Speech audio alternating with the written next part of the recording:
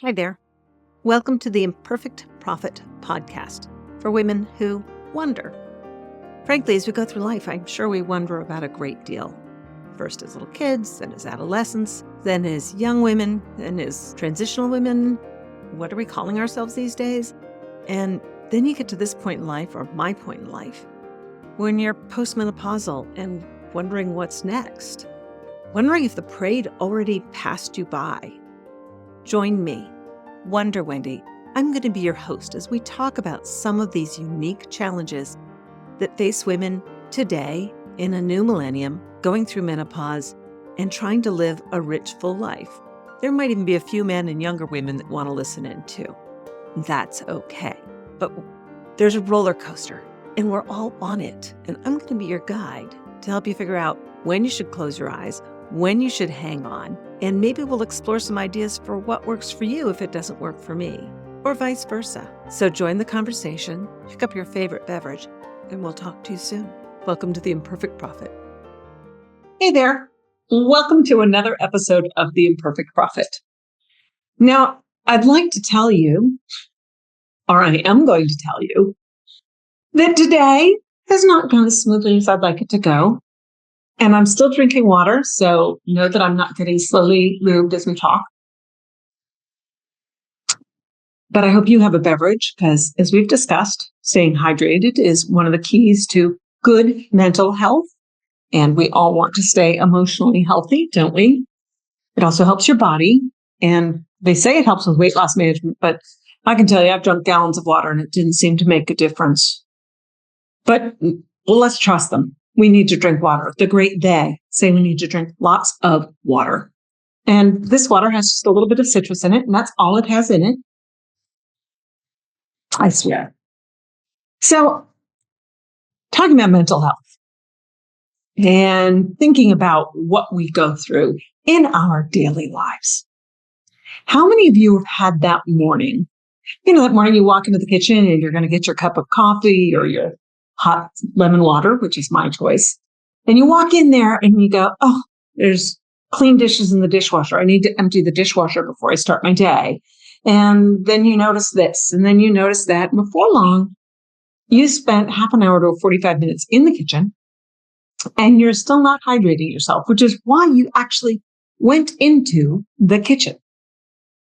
Right? It doesn't seem fair. It doesn't seem right. But it happens. We know it happens. Now, the really funny part, which is kind of not really funny, not ha-ha funny, funny like smells bad funny, is that as we get older, we start to take these lapses of memory and focus personally. I know. And why do we do that? Because chances are you have been forgetting things your whole life. Now, I remember when I was a kid, let's back up. Remember, my mom started out as one of the youngest parents in the PTA when she had my eldest brother. But by the time she got to me, she was in her 40s. So my mom was already into that phase where we start doubting ourselves and questioning ourselves if we have lapses in memory. And she took great solace that she saw me walk into a room as a kid and go, now, why did I come in here? Now, I can't tell you if I was 4 or 7 when this story took place, but she told that story for a lot of her life that I knew her. That moment of recognizing that all of us forget things and all of us have those moments. I think the only people who don't have those moments are blissfully ignorant of what is going on around them. So why do we beat ourselves up like that? Now, remember, they say that, forgetting things can be a sign of decline and all those other things.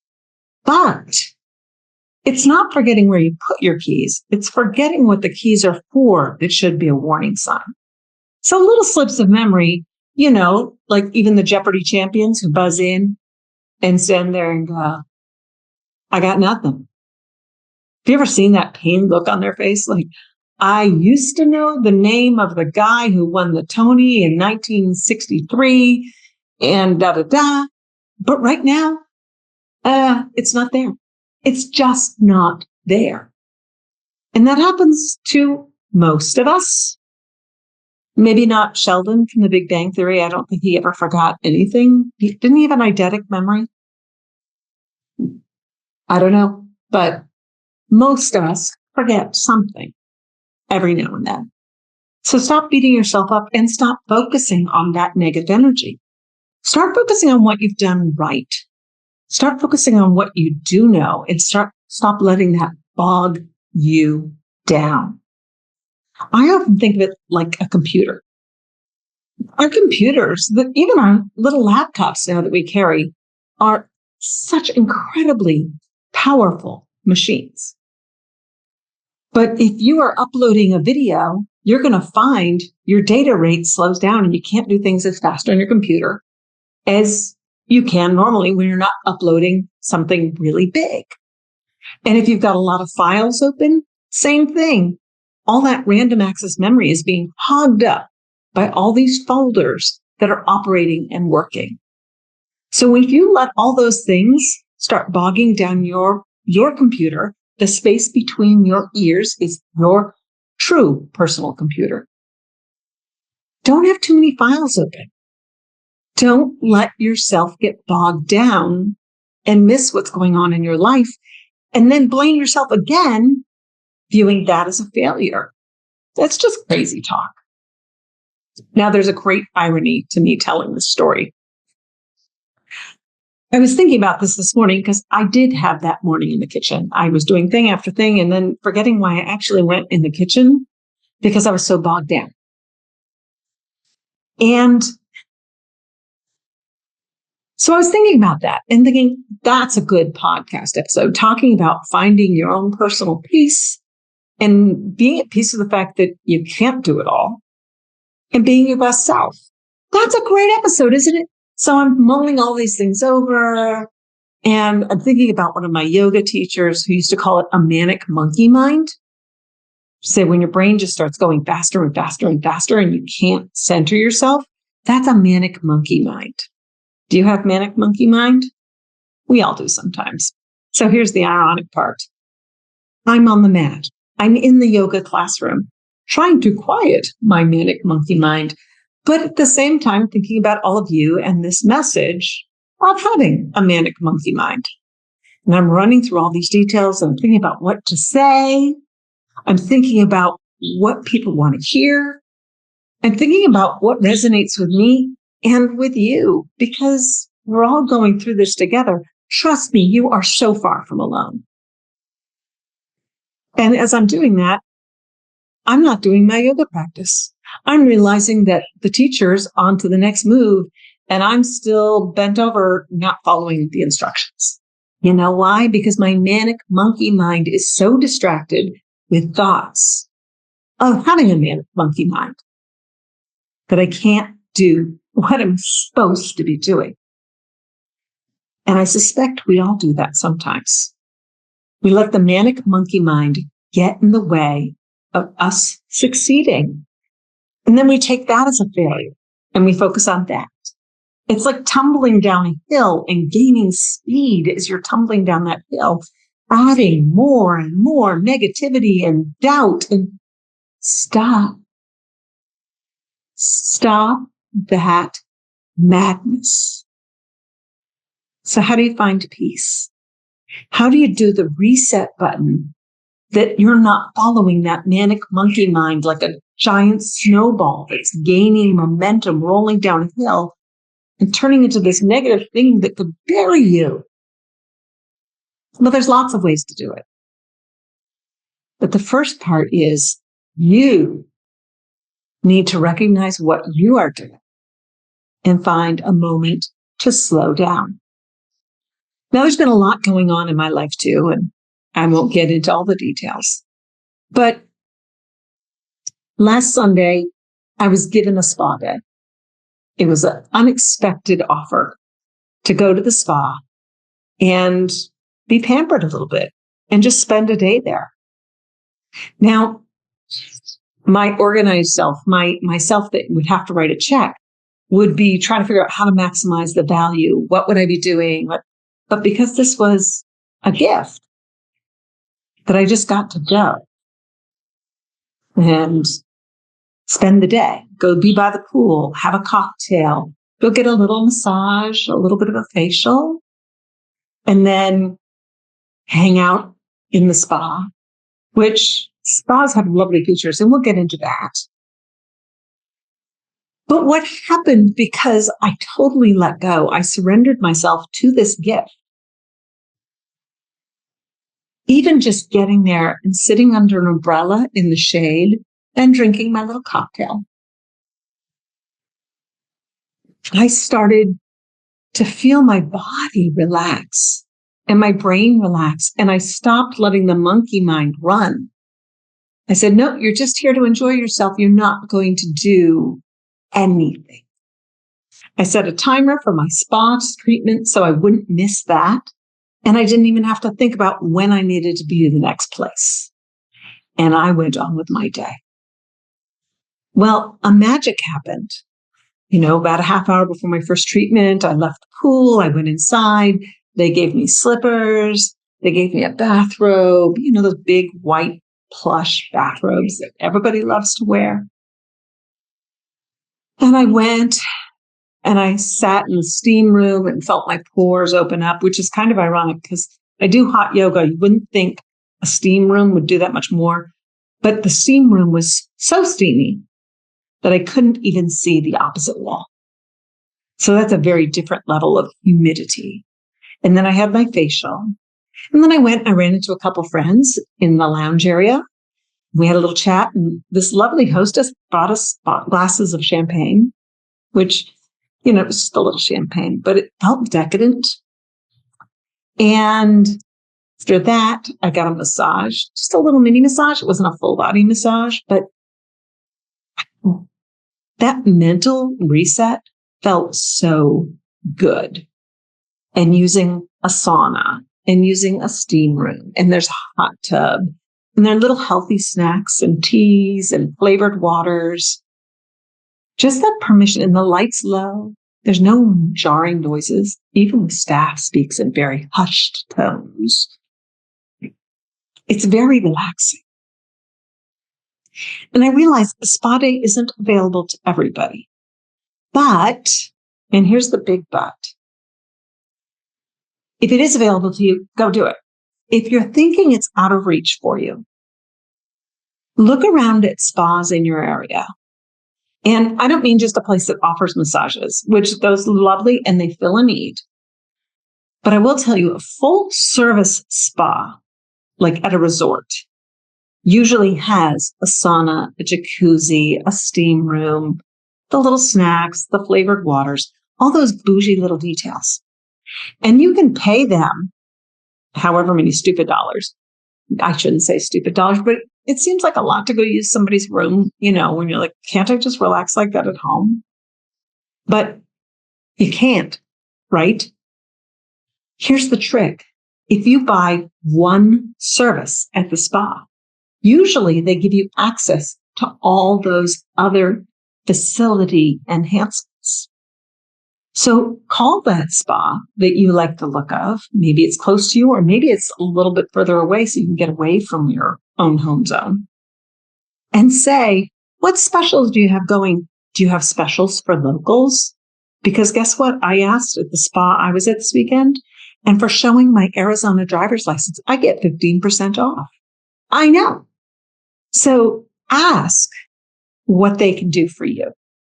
Ask if they have memberships. Ask if they have discounts on certain days at certain times. If you have flexibility, there are a lot of options available to you. So don't ever think a spa is out of reach, because it might be. Or maybe you find out it's going to cost X amount of dollars.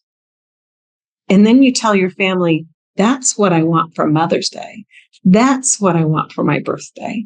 That's what I want for my anniversary. And they can just go buy you a gift certificate and you can use it. Why not have people buy you what you want? I know, radical concept, right? So don't poo-poo. I realize that I have the ability to go to a spa, but even then, I try and be economical. So I do look for those spas. And when they're off season, there's usually more special rates.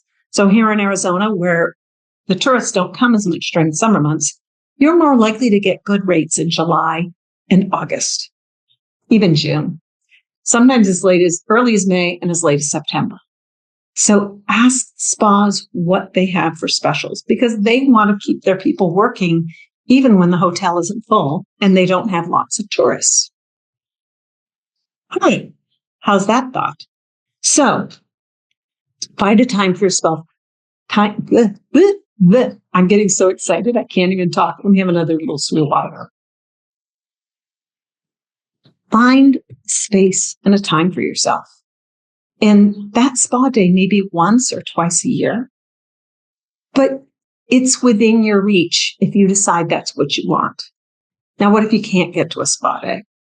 Or what if you need something between those spa days? Get yourself a serenity candle.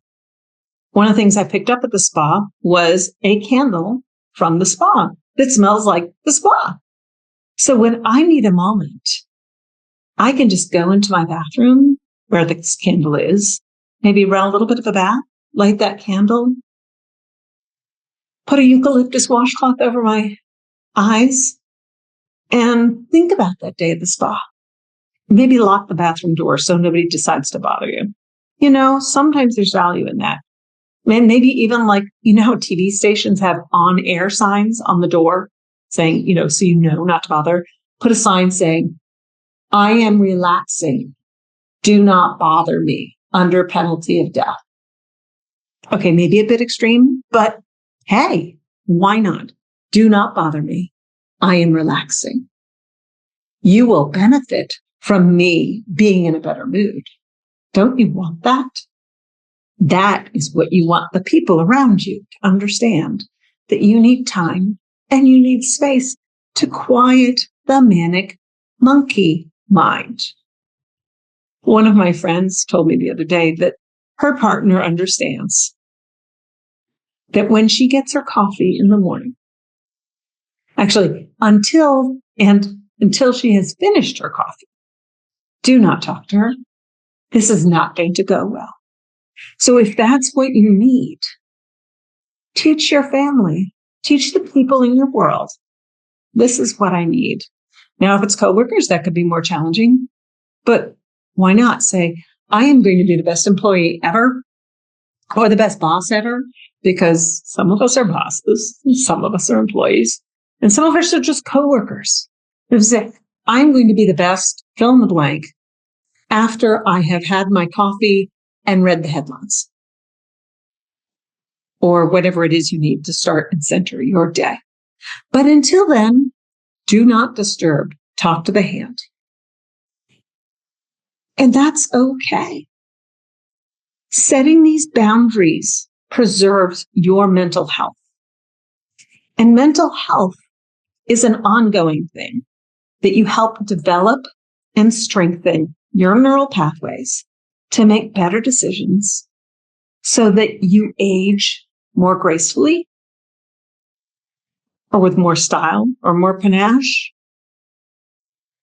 What's the word we want here? I don't know if we want to age gracefully. I think we want to be pretty sassy, brassy, and classy. So, but keeping our mental focus, keeping our brains as sharp as possible, it's an exercise. Just like keeping our bodies in shape, we have to keep our minds in shape with exercises that keep us focused. And that can be positivity rituals that start and end your day. I'm not wearing them right now, but I did get this lovely stack of bangles. And any of us who were through the Madonna years when we had all those rings on or bracelets on our wrists will kind of know what I'm talking about. Those are bangles. And I got this great stack of bangles that they came with a little bit of prayer blessing when you got them. And then advice that when you put them on in the morning, you put them on one at a time. And with each bangle, you set a new intention for the day. And then at the end of the day, as you remove them, you give gratitude for the good things that have passed during the day. What a lovely ritual. Find the rituals that work for you. Obviously, I forgot to put my bracelets on, my bangles on, after I got home from the gym today. But when I do now, I put them on and I think of the good things I'd like to have happen today. And then as I remove them, I do think of the good things that happened during the day. One sets you up for success during the day, and the other helps you decompress at the end of the day for a good night's sleep. And who doesn't want a good night's sleep? Lord knows, last week, remember I told you the manic monkey mind? I had like 3 or 4 nights. It felt like I didn't sleep at all because my brain was going constantly. And I don't have those dreams that, you could tell a story and it sounds like a story. I have dreams that feel kind of like I was on hallucinogens and it was a really bad acid trip. I was looking out the window, but then it was a ship and it never makes sense. So these were not great Freudian dreams that I will attempt to interpret with you. I'll just say I woke up in the morning feeling really tired. Guess what stopped after I had my day at the spa?